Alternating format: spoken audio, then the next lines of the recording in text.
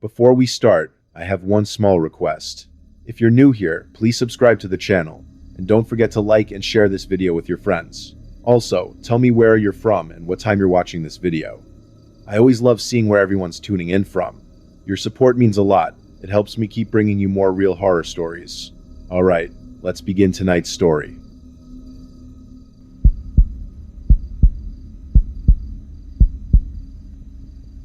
There was this park near my house when I was growing up. A normal suburban park with a playground, a baseball field, and a few walking trails that went through a small patch of woods. I spent a lot of time there, especially in summer. In the middle of the biggest open field stood one huge old sycamore tree. It was much older and taller than any other tree in the park. Its branches spread wide and gave a lot of shade. Kids played under it. Families had picnics there. It was just a tree, a landmark. That summer I was about 12. My friends and I were too old for the swings, but too young for anything better, so we hung out in the park, usually near that big sycamore. One afternoon we were sitting in its shade talking and messing around. It was a hot day and the cool shadow felt good. I leaned back against the trunk. The bark was rough and cool. Nothing seemed strange. After a while, my friends went to buy ice cream from the truck by the entrance. I had no money, so I stayed behind. I was alone under the tree. It was quiet. Most people had gone for ice cream or home for dinner. I closed my eyes for a minute, enjoying the light breeze. When I opened them, I noticed something high up in the branches, almost hidden by the leaves. A dark shape was caught there. Curiosity won, so I stood and walked around the trunk to get a better view. From another angle, it looked like a piece of old dark cloth, maybe torn clothing, stuck on a high branch. It was really high. Too high for anyone to climb easily. I thought it was odd, but maybe wind or a bird had carried it up. I didn't think much more about it. My friends came back with ice cream, and we moved on. By evening, we went home. The next day, we were back at the park and ended up near the sycamore again. While my friends kicked a ball, I looked up. The dark thing was still there, but now it looked bigger, and the shape was less clear. I told myself it was just the wind or different light. A few days later, I was in the park alone, killing time. Without thinking, I walked to the tree and looked up. The shape had grown. It no longer looked like cloth. It looked like something wrapped up. A cold, sick feeling started in my stomach. Over the next week, I became obsessed. Every time I went to the park, I checked it. Each time it was larger, darker, and took on a clearer but still strange shape. It seemed to swallow the light around it. The sick feeling turned into real fear. I stopped sitting under the tree. I even avoided that part of the park. One evening, I walked home past the park as the sun was going down. I told myself not to look, but I did. The sycamore stood black against the sky, and the thing in its branches was huge now. It had a rough human shape, slumped over the branch like it was tired or waiting. My heart pounded. I ran all the way home and locked the door. I didn't tell my parents. They would say I had an overactive imagination. I tried to tell myself the same thing, but the picture stayed in my head. A few days later, a big storm hit, hard rain and strong wind. The next morning, the sun was out and everything smelled clean. I had to meet a friend at the park. Walking there, I felt relief. The storm must have blown the thing away. I reached the field and looked at the sycamore. The branches were empty, except for leaves. The dark shape was gone. I let out a long breath. It must have been trash caught in the tree, blown away by the storm, but as I got closer, I saw something at the base of the tree. On the wet ground, half covered by fallen leaves and small branches, lay a large black garbage bag. It was torn in places. Through one tear, I could see something pale. It looked exactly like a human hand. I didn't scream, I didn't move. Cold fear washed over me. Then I turned and ran home faster than I ever had. I told my parents I felt sick and stayed in my room the rest of the day. I never went back to that spot. I never found out if anyone discovered the bag or what was really inside. Sometimes, I wonder if the tree was trying to warn me or show me something, or if it was just a string of awful coincidences. Even now, years later, when I see an old sycamore with wide branches, I look up. I half expect to see a dark bundle hanging there waiting, and I always walk a little faster.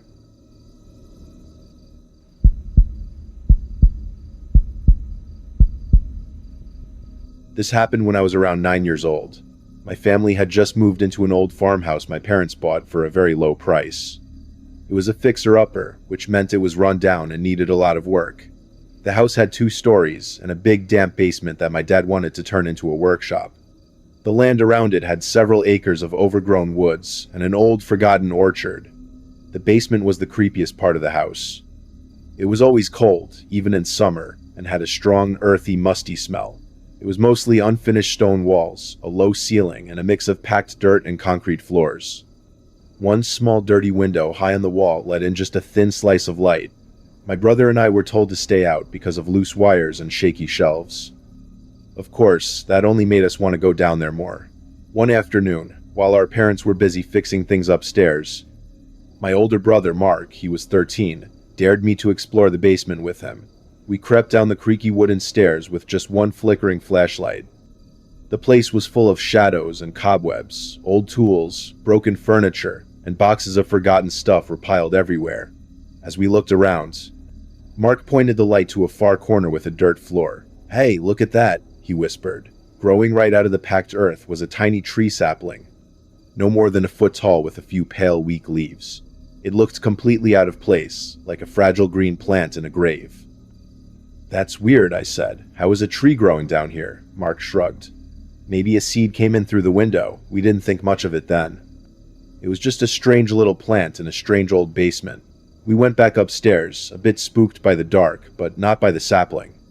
A few weeks later, Dad started cleaning the basement.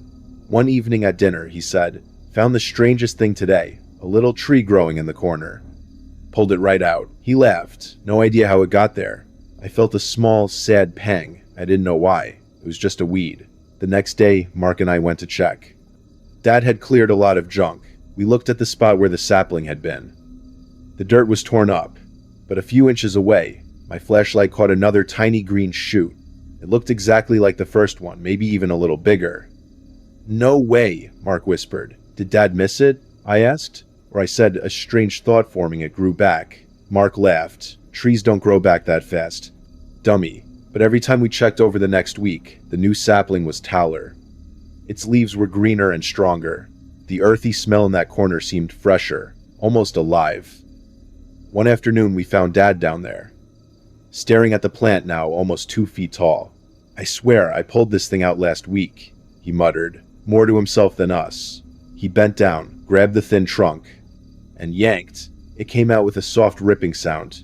He tossed it onto the trash pile. The next morning, I woke up early with a bad feeling. I sneaked downstairs before anyone was awake. My heart was pounding. I pointed the flashlight at the corner. There were now 2 saplings, both about a foot tall, standing side by side.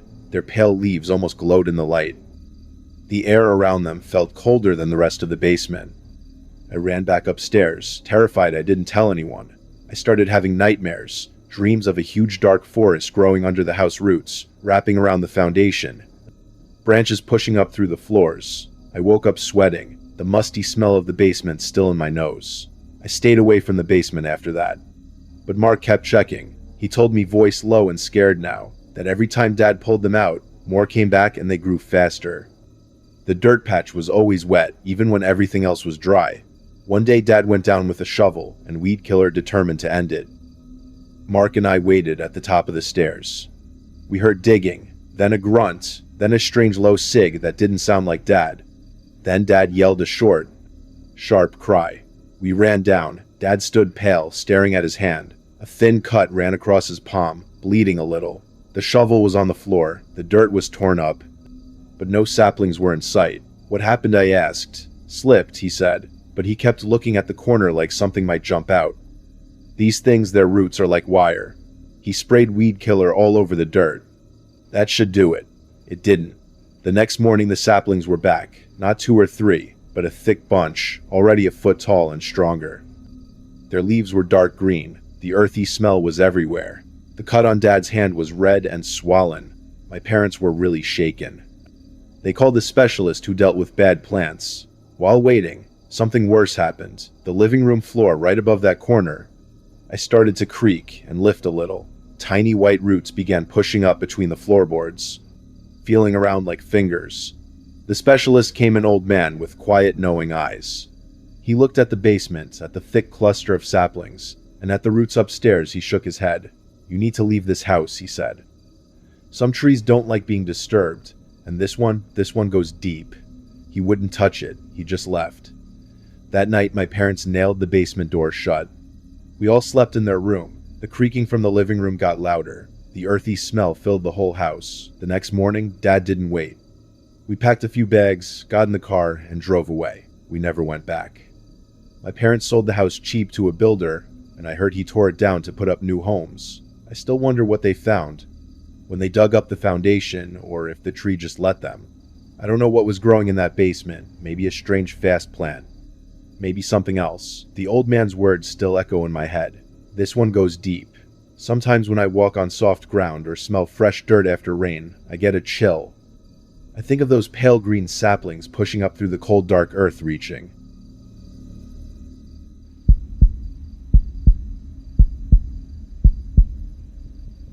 This happened a few years back when I was about 15. My best friend Leo lived a couple of streets away, but between our neighborhoods sat a big old apple orchard that no one really took care of. Going around it by road took a good 20 minutes, but there was a narrow dirt path that cut straight through and got you from his back gate to my street in under 10. We called it the orchard path. The orchard was creepy even in daylight. The apple trees were old and twisted, many leaning at strange angles, their branches tangled like bony fingers. No one kept it up, so the grass was tall. Thorny bushes grew wild, and fallen apples just rotted on the ground. The air always smelled faintly sweet and sour, especially late in summer. Kids dared each other to go in at night, but mostly it was just a shortcut. If you weren't easily scared, Leo and I had used the path a few times during the day with no problem. It was just an orchard. One evening we were at his house, working on a school project, and lost track of time. It was already dark, by 8:30, when I realized I had to get home for dinner. "Just cut through the orchard," Leo said. "It's faster." I paused. I had never used it after dark. "It's pretty black in there." "Nah, it's fine," he said, trying to sound tough. "There's still a little light. What's the worst that can happen? An apple falls on your head." So I agreed. We said goodbye, and I walked out his back gate, straight onto the path. The last bit of daylight was slipping through the leaves, making long dancing shadows. The air got colder the second I stepped in, and all the normal neighborhood sounds, cars, dogs, people, faded away. It felt heavy and quiet, not completely silent. I could hear my own footsteps crunching on dry leaves and twigs, and the occasional rustle in the bushes. I told myself it was just squirrels or rabbits. The path was narrow, the trees pressed in close, their branches full of leaves and small green apples reaching over me. I walked faster. That watched feeling I usually ignored was strong now. I kept looking behind me. Nothing. Halfway through, I heard clear rustling in the trees to my right, too loud for a squirrel. Something bigger moving through the leaves, staying just out of sight, matching my speed. My heart beat harder. "It's probably a deer," I whispered, trying to stay calm. The rustling stopped when I stopped. It started again when I moved. I jogged the rest of the way. When I finally came out the other side onto my street, I let out a huge breath. I looked back. The orchard just looked dark and still. I told Leo the next day. He laughed. "Dude, you got spooked by an old orchard." Probably a raccoon. I wanted to believe him, but it had felt too real, like something was following me. A couple of weeks later, I was at Leo's again, this time with our friend Maya. We were hanging out and it got late. Leo's parents were out. Maya had to get home too, and her house was the same direction as mine. "Let's take the orchard path," Leo said, grinning at me. Unless Danny's too scared, I didn't want to look like a chicken in front of Maya, so I said, "Sure, why not?" It was completely dark now. We all had our phone flashlights on. The orchard felt heavier at night. The twisted trees looked like monsters in the thin beams of light. The sweet rotting smell was stronger. Right away I felt watched again, worse than before. Leo and Maya were talking loud and laughing too hard, trying to act brave.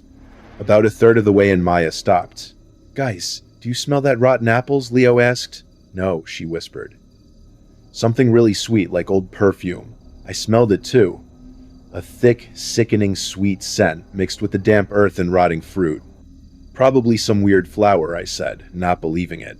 We walked closer together. Then the rustling started on both sides of the path, something keeping up with us. Leo pointed his light into the trees. The darkness swallowed it. A few steps later, our lights landed on something in the middle of the path. One perfect bright red apple. Every apple still on the trees was small and green. The ones on the ground were brown and mushy. This one sat there like someone had placed it on purpose. We stared, then quietly walked around it. The sweet perfume smell was strongest right there. We hurried the rest of the way, rustling following us until we burst out of the orchard. Okay, that was weird, Leo said, all his bravado gone. Maya just nodded pale. We walked her home first, then Leo came with me to my door. Neither of us wanted to walk alone. I avoided the path for a long time after that. But about a month later, I had no choice. I stayed late at school, missed the last bus, and my parents weren't home to pick me up. It was past 10, raining lightly, and the walk around by the roads would take forever. I told myself the other times were nothing, just animals. The orchard was pitch black. Rain made everything slick. The second I stepped in, that thick perfume smell hit me stronger than ever, almost choking. My phone light felt weak, like the dark ate it up. A few steps in, I heard a heavy footstep behind me on the path. I froze and turned. Nothing. Hello. My voice shook. No answer. I walked faster. Crunch. Another step closer. I ran. Heavy footsteps ran after me, splashing in puddles, getting closer. Then came low, rough, breathing right behind me. A twig snapped next to my ear like something reached out. I screamed and ran harder, branches hitting my face, not caring about slipping. The breathing and footsteps stayed right on me. I burst out of the orchard onto the street and didn't stop until I was inside my house. Door locked back, pressed against it, shaking. I never used that path again. Day or night, Leo and Maya didn't either. Later, we heard vague stories that the orchard was built on old unhallowed ground, that people got lost in there and came out strange. No one ever had real proof. I never saw anything clearly. Just the feeling of being watched, the rustling, the perfume smell, and finally the chase. Sometimes when I smell ripe apples or that certain heavy sweet scent, a chill runs down my back. I still wonder what would have happened if it had caught me. That rainy night, whatever it wasn't an animal, and it definitely wasn't friendly. It felt old, patient, hungry.